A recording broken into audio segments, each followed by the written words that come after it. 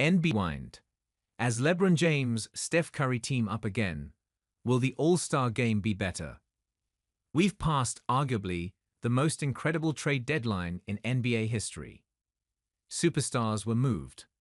Impressive role players found new places of business.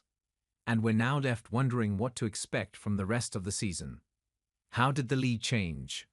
Who's trending where? What does this week have in store for us? Once again, we've got an NBA stock report in which some of the selections for the teams trending in the right direction might feel a little obvious. This isn't a list of surprisingly good teams. When the best teams in the NBA are trending positively, you can't just ignore it because we know they are great. Sometimes, you need to acknowledge the run they're on, even if it seems overt. This is your latest NBA stock report. The Thunder have won 5 straight games, as they continue to push themselves to the top of the league standings. Everything they're doing right now is of complete dominance, and they just received some good news on top of everything they have going for them. Chet Holmgren is getting back into the mix. The Thunder already don't seem fair. Of their last 15 wins, only one has been by single digits. On the season, 34 of their 42 victories have been by at least 10 points.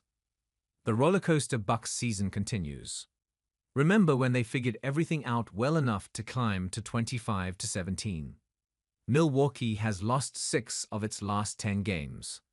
It's not a massive drop-off, but the Bucks also received some frustrating news.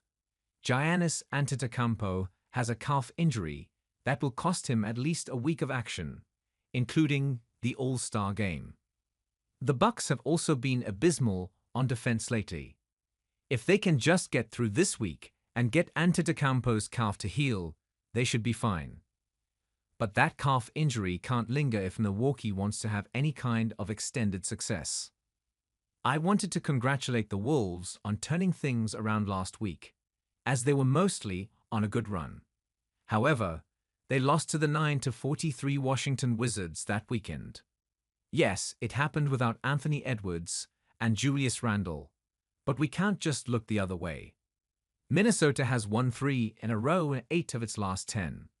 The Wolves' offense has been stellar in recent weeks, and it's fueled by Edwards going on a big run. These are the Wolves they hope to show us this season.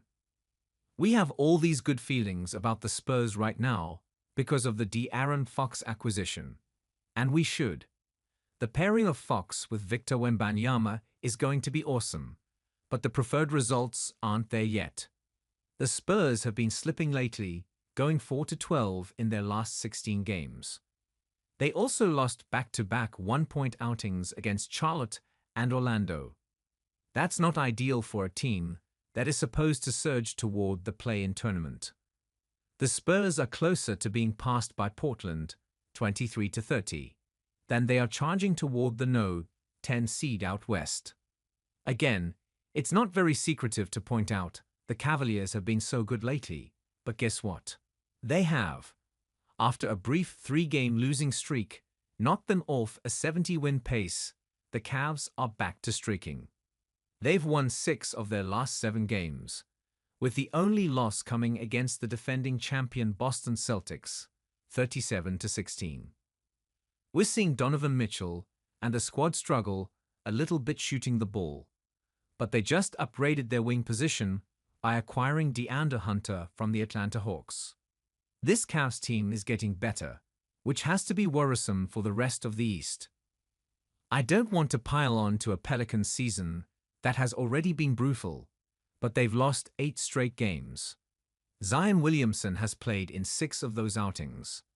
New Orleans just traded away Brandon Ingram and lost DeJounte Murray to a torn Achilles tendon.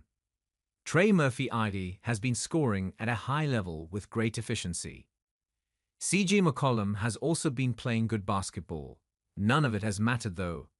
The Pelicans are destined to end up with one of the top picks in what should be a deep, talented draft.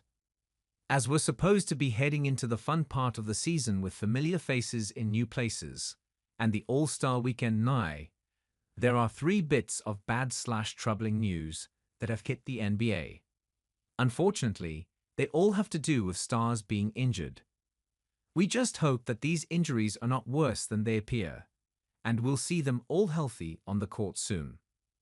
The Bucks, as mentioned above, are going to miss Antetokounmpo for about a week, if not more. He is out with a calf strain and has missed the Bucks' last 4 games. The Bucks have weathered the storm so far, going 2-2. But Milwaukee can't really afford to keep missing its best player. The Bucks are just 2.5 games ahead of the Miami Heat, 25-25, to avoid falling into play-in tournament territory. Hopefully, the optimism around Antetokounmpo's injury and current one-week return timeline holds. The next news involves Anthony Davis. The Dallas Mavericks, 28-25, have already gotten the full AD experience. On Saturday, Davis made his Mavs debut, and he was awesome. He dominated Houston early and often, finishing with 26 points, 16 rebounds, 7 assists, and 3 blocks. But any chance of making fans forget about Luka Doncic, as minuscule a possibility as that might have been, went away when Davis left the game with an adductor strain. Not only did he leave the game, but the 10-time All-Star is now going to miss multiple weeks. Not only do the Mavs need to be careful making sure he doesn't get injured further, but the public relations for the team isn't exactly thriving these days. Fans are still furious about the Doncic trade, and that doesn't appear to be subsiding anytime soon. Then, the third bit of maddening injury news concerns a familiar face in this space. Joel Embiid still isn't healthy. Even though he's been back for a couple games, he told ABC's Lisa Salters during Sunday's telecast that he might need another knee surgery and a long recovery to get right. This is something we've been awaiting clarity on, since Embiid has barely played so far, and the Philadelphia 76ers, 20-32, might need to bite the bullet when it comes to this season. They are holding onto some hope that the gang will get healthy when it's time for the playoffs. It just doesn't seem feasible. Embiid hurt his knee, again, about a year ago, and seemed to rush his way back onto the court for the end of that season. The 2022-23 MVP had some heroic moments in their brief playoff appearance, but never looked remotely healthy. What the Sixers should do is try to get Embiid's surgery done sooner rather than later and start that long recovery time for their franchise player. Or we can keep seeing them doing this dance with hoping things get better, as they so obviously get worse. NBA All-Star Weekend will take place in San Francisco this week, and all eyes are going to be on the All-Star Game's new format. The league has opted for a tournament style in the latest edition of Let's Fix the All-Star Game. In case you're still unsure of how this is going to work, the 24 All-Stars have been split into 3 teams of 8. They'll play mini-games against each other, and a 4th team comprised of the Rising Stars participants that win Friday night will compete with the 3 All-Star rosters.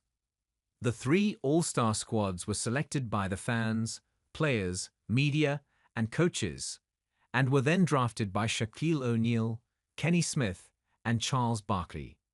With Antetokounmpo's injury, he will be replaced by Trae Young. Davis' replacement will be teammate Kyrie Irving. LeBron James, Steph Curry, Anthony Davis. Irving will replace him. Kevin Durant, Jason Tatum, James Harden, Damian Lillard, Jaylen Brown. Anthony Edwards, Jalen Brunson, Jaren Jackson Jr., Jalen Williams, Darius Garland, Evan Mobley, Tyler Herro, Cade Cunningham. Nikola Jokic, Antetokounmpo. Young will replace him. Shai Gilgeous-Alexander, Victor Wembanyama, Pascal Siakam, Alperen Sengun, Karl Anthony Towns, Donovan Mitchell. There's an interesting wrinkle inside the wrinkle of the NBA All-Star Game format. As we've wondered the last few years, what it might take for the All-Star Game to recapture the magic that used to make it a very competitive event. Some have suggested making it a battle between international and American-born players.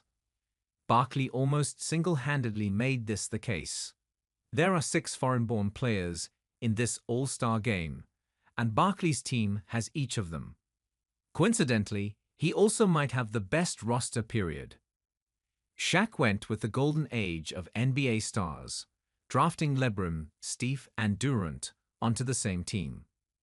There's a bit of the spirit we saw Team USA men's basketball in last summer's Olympics, when everybody wondered if this would be the last time those 3 would be on the same squad. Kenny went with a lot of first-time All-Stars, naming Cunningham, Herro, Williams, and Mobley to his team. But when you look at just the talent, Chuck wins out as O'Neal's roster comes in second.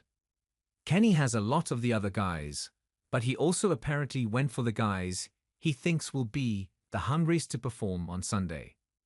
Maybe Kenny is right, or it's possible Chuck is right in grabbing the international guys who have taken over the top honors around the NBA. Or there's a chance Shaq's Golden Age stars will end giving the best performance. Regardless, the NBA is praying this format will give the weekend the juice it's craving. This format will probably fix the abomination that has become the All-Star Game, until it doesn't anymore. That's how this stuff tends to go. We find a change that injects some adrenaline and life into the festivities before it eventually wears off.